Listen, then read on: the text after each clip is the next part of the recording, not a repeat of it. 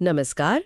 आज हम एक ऐसे देश की गहराइयों में उतर रहे हैं जिसके नाम के साथ ही शान, स्टाइल और शायद थोड़ी क्रांति की गूंज भी सुनाई देती है, फ्रांस। हाँ, बिल्कुल। हमारे पास फ्रांस पर देखिए ढेर सारी जानकारी है और हमारा मकसद है इस जानकारी के समंदर से वो ज़रूरी बातें निकालना जो हमें इसकी असली तस्वीर दिखाएं। मतलब एफिल टावर और क्रॉइज़ॉन से कहीं आगे की। सही।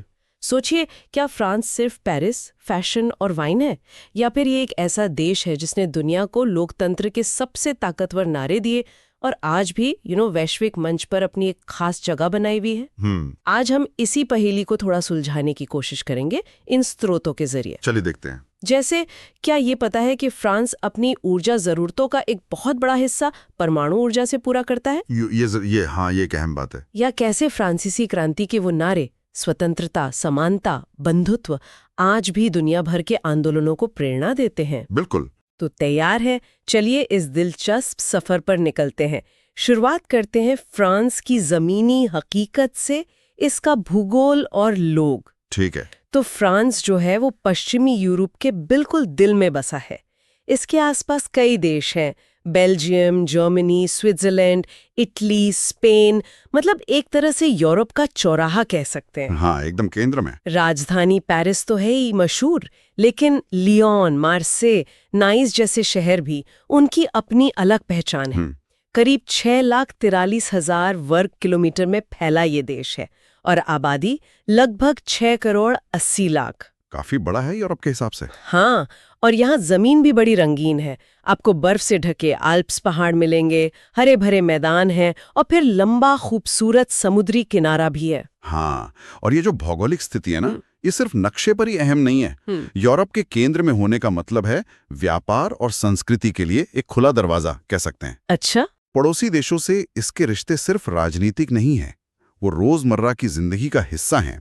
और ये विविधता, पहाड़, मैदान, समुद्र तट, ये सिर्फ नज़ारे नहीं बदलती, बल्कि खेती, पर्यटन, लोगों के रहन सहन पर भी इसका गहरा असर पड़ता है। सही बात है। यूरोप के लिहाज से देखें तो साइज और आबादी दोनों में फ्रांस एक बड़ा खिलाड़ी है। बिल्कुल। और इस जमीन का इतिहास भी उतना ही गहरा और नाटकीय है। रोमन साम्राज्य के दिनों से लेकर आज तक फ्रांस ने कई उतार चढ़ाव देखे हैं, लेकिन एक घटना जिसने न सिर्फ फ्रांस बल्कि पूरी दुनिया को हमेशा के लिए बदल दिया। फ्रांसीसी क्रांति। हाँ, 1789 की फ्रांसीसी क्रांति। यहाँ आकर मामला सच में पेचीदा और दिलचस्प हो जाता है। इसी क्रांति से निकले वो 3 शब्द, स्वतंत्रता, समानता, बंधुत्व, लिबर्टे, एगालिते, फ्रेटर्निते। ये सिर्फ नारे नहीं थे। नहीं, बिल्कुल नहीं। ये आधुनिक लोकतंत्र की नींव बने। ये बात मुझे हमेशा सोचने पर मजबूर करती है कि कैसे इन विचारों ने इतनी ताकत हासिल की। देखिए, ये विचार इसलिए इतने शक्तिशाली साबित हुए क्योंकि इन्होंने पहली बार आम आदमी के अधिकारों और उसकी गरिमा की बात की। राजशाही और वो जो कुलीन तंत्र था, उसके खिलाफ एक बुलंद आवाज उठाई। और इसका असर सिर्फ फ्रांस तक ही सीमित नहीं रहा। दुनिया भर में जहां भी लोग बराबरी और आज़ादी के लिए लड़े, उन्होंने फ्रांसीसी क्रांति से प्रेरणा ली। हाँ, ये तो है। बेशक इन आदर्शों को जमीन पर उतारना हमेशा मुश्किल रहा है। फ्रांस के अपने इतिहास में भी इसके अंतर्विरोध दिखते हैं, खासकर अगर हम उसके उपनिवेशवादी दौर को देखें तो। आपने उपनिवेशवाद का जिक्र किया, ये भी फ्रांस के इतिहास का एक अहम और अक्सर विवादित हिस्सा रहा है। अफ्रीका, एशिया, कैरिबियन, फ्रांसीसी साम्राज्य काफी फैला हुआ था। हाँ, काफी बड़ा था। और फिर नेपोलियन का दौर आया, जिसने पूरे यूरोप का नक्शा बदलने की कोशिश की। और फिर 2 विश्व युद्ध, उनमें भी फ्रांस की भूमिका केंद्रीय रही। सही कहा, विश्व युद्धों ने फ्रांस पर गहरे जख्म छोड़े, लेकिन इन्हीं के बाद उसकी वैश्विक स्थिति भी तय हुई। जैसे संयुक्त राष्ट्र सुरक्षा परिषद में स्थायी सदस्यता मिलना, ये कोई छोटी बात नहीं थी। हाँ, ये बड़ी बात है। ये दिखाता है कि युद्ध के बाद जो नई विश्व व्यवस्था बन रही थी, उसमें फ्रांस को कितना महत्वपूर्ण माना गया। लेकिन हाँ, उपनिवेशवाद की विरासत, वो एक जटिल मुद्दा है जिसे फ्रांस आज भी जूझ रहा है। किस तरह से? चाहे वो पहचान का सवाल हो, या आप्रवासी समुदायों के साथ रिश्ते हों, या फिर उन देशों के साथ संबंध जो कभी उसके अधीन थे, ये सब पेचीदा मामले हैं। इस ऐतिहासिक पृष्ठभूमि को देखते हुए फ्रांस की आज की राजनीतिक व्यवस्था कैसी है? हमने सुना है ये अर्धराष्ट्रपति गणराज्य है। ये सुनने में थोड़ा अलग लगता है। हाँ, ये एक मिलीजुली व्यवस्था है कह सकते हैं। इसमें एक राष्ट्रपति होता है जो सीधे जनता चुनती है। वो राष्ट्र का प्रमुख होता है और उसके पास विदेश नीति, रक्षा जैसे मामलों में काफी शक्ति होती है। अच्छा। वहीं एक प्रधानमंत्री भी होता है जिसे राष्ट्रपति नियुक्त करता है, लेकिन वो संसद के प्रति जवाबदेह होता है। वो सरकार का प्रमुख होता है और घरेलू मामलों को संभालता है। तो दोनों के पास पावर है। हाँ, पावर बंटी हुई है।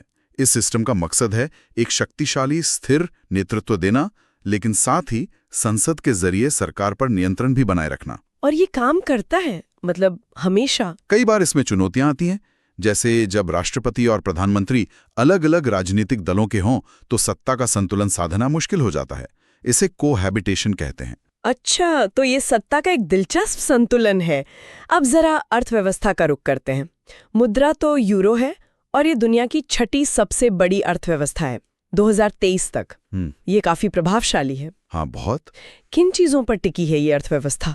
फैशन और लग्जरी गुड्स का तो जिक्र आता ही है, पेरिस का नाम लेते ही। वो तो है ही। पर्यटन एक बहुत बड़ा जरिया है। फ्रांस की वाइन और चीज दुनिया भर में मशहूर है। कृषि भी अहम है और गाड़ियां रेनॉल्ट, प्यूजो यहीं की हैं। और हाँ, वो परमाणु ऊर्जा वाली बात भी है। बिल्कुल। फ्रांस की अर्थव्यवस्था की सबसे बड़ी ताकत शायद उसकी विविधता ही है। ये सिर्फ एक दो चीजों पर निर्भर नहीं है। अच्छा। लग्जरी सामान और पर्यटन इसकी पहचान है, पर एरोस्पेस जैसे एयरबस, फार्मास्यूटिकल्स और कृषि खाद्य उद्योग ये इसकी रीढ़ है। और वो जो परमाणु ऊर्जा वाली बात है, हाँ, उस पर इसकी निर्भरता इसे ऊर्जा के मामले में काफी हद तक आत्मनिर्भर बनाती है, जो आजकल के माहौल में आप समझ सकते हैं बड़ी बात है। बिल्कुल। लेकिन हाँ, इसके साथ ही वो परमाणु कचरे के निपटान और सुरक्षा की चिंताएं भी जुड़ी हुई हैं। वो भी एक पहलू है। और यूरोपीय संघ EU और G7, G20 जैसे समूहों में इसकी क्या भूमिका है? देखिए, फ्रांस EU का संस्थापक सदस्य है और जर्मनी के साथ मिलकर इसे चलाने वाली प्रमुख शक्तियों में से एक माना जाता है। यूरोपीय नीतियों, नियमों और भविष्य की दिशा तय करने में इसका बड़ा हाथ रहता है। और G7, G20 जैसे मंचों पर भी फ्रांस एक अहम आवाज है। इस तरह की आवाज? मतलब वो वैश्विक आर्थिक मुद्दों, जलवायु परिवर्तन, अंतर्राष्ट्रीय सहयोग जैसे मामलों पर अपनी राय रखता है और नीतियों को प्रभावित करने की कोशिश करता है। ये सदस्यताएं फ्रांस को उसकी अर्थव्यवस्था के आकार से भी ज्यादा वैश्विक प्रभाव देती हैं, कह सकते हैं। अर्थव्यवस्था की बात तो हुई, पर फ्रांस की असली पहचान तो शायद उसकी संस्कृति में है। क्यों? फैशन की राजधानी, दुनिया भर में मशहूर खान पान, बैगेट, क्रोसॉन्ट, वाइन, लगता है जैसे फ्रांसीसी जीना जानते हैं। हाँ, कुछ हद तक ये बात सही है। आर्ट दे विव्र यानी जीने की कला, वो फ्रांसीसी संस्कृति का एक अहम हिस्सा मानी जाती है। खान पान सिर्फ पेट भरने का जरिया नहीं है, वो एक सामाजिक अनुभव है।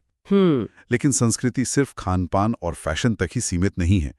साहित्य और दर्शन में Rousseau, Voltaire, Simone de Beauvoir, Sartre जैसे नामों ने दुनिया को नए विचार दिए। हाँ, बड़े नाम हैं ये तो। बिल्कुल।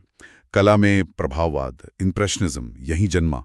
फ्रेंच सिनेमा का अपना एक अलग मुकाम है और कान फिल्म फेस्टिवल, वो तो दुनिया के सबसे प्रतिष्ठित आयोजनों में से एक है। और भाषा, फ्रेंच भाषा का क्या महत्व है आज की दुनिया में? क्या ये अब भी उतनी अहम है? हाँ, फ्रेंच आज भी दुनिया की चंद प्रमुख भाषाओं में से एक है। ये संयुक्त राष्ट्र समेत कई अंतर्राष्ट्रीय संगठनों की आधिकारिक भाषा है। अच्छा। दुनिया भर के स्कूलों में पढ़ाई जाती है। ये सिर्फ संवाद का जरिया नहीं है, बल्कि फ्रांस की सॉफ्ट पावर का एक बड़ा हथियार है। फ्रेंच बोलने का मतलब है एक समृद्ध इतिहास, साहित्य और संस्कृति से जुड़ना। और इसी संस्कृति और खूबसूरती को देखने दुनिया भर से लोग फ्रांस आते हैं। पर्यटन के लिहाज से तो ये दुनिया का नंबर 1 देश है। हाँ, बिल्कुल। पेरिस में एफिल टावर और लूव्र म्यूजियम, हाँ वो मोनालिसा वाली जगह के अलावा और क्या खास है? कहाँ जाना चाहिए?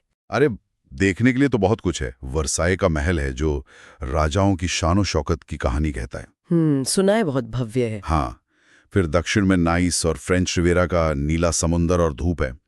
लियोन शहर है जो अपने ऐतिहासिक सिल्क उद्योग और जबरदस्त खाने के लिए जाना जाता है। खाने के लिए? अच्छा। हाँ, और वो समुद्र के बीच टापू पर बना मॉन्ट सेंट मिशेल का मठ, वो तो किसी सपने जैसा लगता है। और लॉयर वैली, जहां लाइन से खूबसूरत किले बने हैं और बेहतरीन वाइन मिलती है। वाह! ये जगहें सिर्फ खूबसूरत तस्वीरें खिंचवाने के लिए नहीं है। हर महल, हर शहर फ्रांस के इतिहास और संस्कृति की एक परत खोलता है। अच्छा। जैसे वर्साई राजशाही के उत्थान और पतन का गवाह है, तो नॉर्मैंडी के तट दूसरे विश्व युद्ध की याद दिलाते हैं। पर्यटन फ्रांस की अर्थव्यवस्था के लिए बेहद जरूरी है। ये लाखों लोगों को रोजगार देता है, लेकिन इससे भी ज्यादा ये है कि फ्रांस को दुनिया से जोड़ने का एक तरीका है। शिक्षा और स्वास्थ्य सेवाओं के बारे में क्या कहेंगे? सुना है वहाँ की यूनिवर्सिटीज काफी अच्छी हैं और हेल्थ केयर सिस्टम भी। हाँ, फ्रांस में सोरबोन जैसी कई पुरानी और प्रतिष्ठित यूनिवर्सिटीज हैं जो दुनिया भर के छात्रों को आकर्षित करती हैं। उच्च शिक्षा पर सरकार का काफी ध्यान रहता है। इसी तरह स्वास्थ्य सेवाएं काफी उन्नत हैं और ज्यादातर नागरिकों के लिए सुलभ हैं, क्योंकि सरकार इसमें काफी सब्सिडी देती है। ये चीजें फ्रांस में जीवन की गुणवत्ता को बेहतर बनाने में बड़ा योगदान देती हैं। और हमने ये भी सुना कि France UN, NATO, EU, G7, G20 इन सब का सदस्य है। इसकी सेना भी काफी ताकतवर मानी जाती है। बिल्कुल। इन सभी संगठनों में फ्रांस की सक्रिय भागीदारी उसकी वैश्विक भूमिका को दिखाती है। वो सिर्फ यूरोप तक ही सीमित नहीं रहना चाहता। मतलब उसकी अपनी एक स्वतंत्र विदेश नीति है। वो वैश्विक सुरक्षा और कूटनीति में एक अहम खिलवई बनना चाहता है। नेटो का सदस्य होने के नाते उसकी सैन्य क्षमता भी महत्वपूर्ण है और उसके पास परमाणु हथियार भी हैं। अच्छा। ना? ये सब मिलकर फ्रांस को अंतर्राष्ट्रीय मंच पर एक वजनदार देश बनाते हैं। तो अगर हम इन सारी बातों को जोड़कर देखें, इतिहास, राजनीति, अर्थव्यवस्था, संस्कृति, वैश्विक भूमिका, तो फ्रांस की क्या तस्वीर उभरती है? ये सिर्फ एक खूबसूरत यूरोपीय देश से कहीं ज्यादा लगता है। निश्चित रूप से फ्रांस एक जटिल बहुस्तरीय देश है। इसमें इतिहास की गहरी परतें हैं, क्रांति के आदर्श हैं, तो उपनिवेशवाद की छाया भी है। इसकी अर्थव्यवस्था आधुनिक और विविध है, लेकिन सामाजिक चुनौतियां भी हैं। इसकी संस्कृति दुनिया भर में सराही जाती है, लेकिन अपनी पहचान बनाए रखने की चिंता भी है। ये देश लगातार अपने अतीत और भविष्य के बीच एक संतुलन साधने की कोशिश कर रहा है। फ्रांसीसी क्रांति के वो नारे, स्वतंत्रता, समानता, बंधुत्व, आज भी कितने प्रासंगिक हैं, खासकर जब हम फ्रांस के अपने इतिहास और आज की दुनिया की जटिलताओं को देखते हैं। यही तो सबसे बड़ा सवाल है ना? ये आदर्श फ्रांस की पहचान का हिस्सा हैं, लेकिन इन्हें जमीन पर उतारना हमेशा एक चुनौती रही है। जैसे? चाहे वो प्रवासी समुदायों के एकीकरण का मुद्दा हो, या सामाजिक असमानता हो, या फिर वैश्विक मंच पर अपनी भूमिका तय करने की बात हो, फ्रांस को लगातार इन आदर्शों की कसौटी पर खुद को कसना पड़ता है। इसका अतीत, मतलब क्रांति, युद्ध, उपनिवेशवाद, वो सब इसके वर्तमान फैसलों और भविष्य की दिशा को प्रभावित करता रहता है। वाकई फ्रांस को समझने एक दिलचस्प यात्रा रही। आज की इस बातचीत से फ्रांस की एक ज्यादा साफ और गहरी तस्वीर उभर कर सामने आई है। इसके भूगोल और इतिहास से लेकर इसकी धड़कती संस्कृति, मजबूत अर्थव्यवस्था और दुनिया में इसकी अहमियत तक।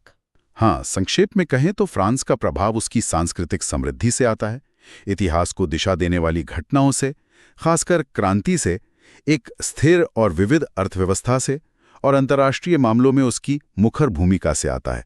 ये एक ऐसा देश है जिसे नजरअंदाज नहीं किया जा सकता। इन स्रोतों से मिली जानकारी को देखते हुए ये तो साफ है कि अगर हमें आज के यूरोप और दुनिया को समझना है तो फ्रांस को समझना जरूरी है। बिल्कुल। जाते जाते एक सवाल सोचने के लिए छोड़ जाते हैं।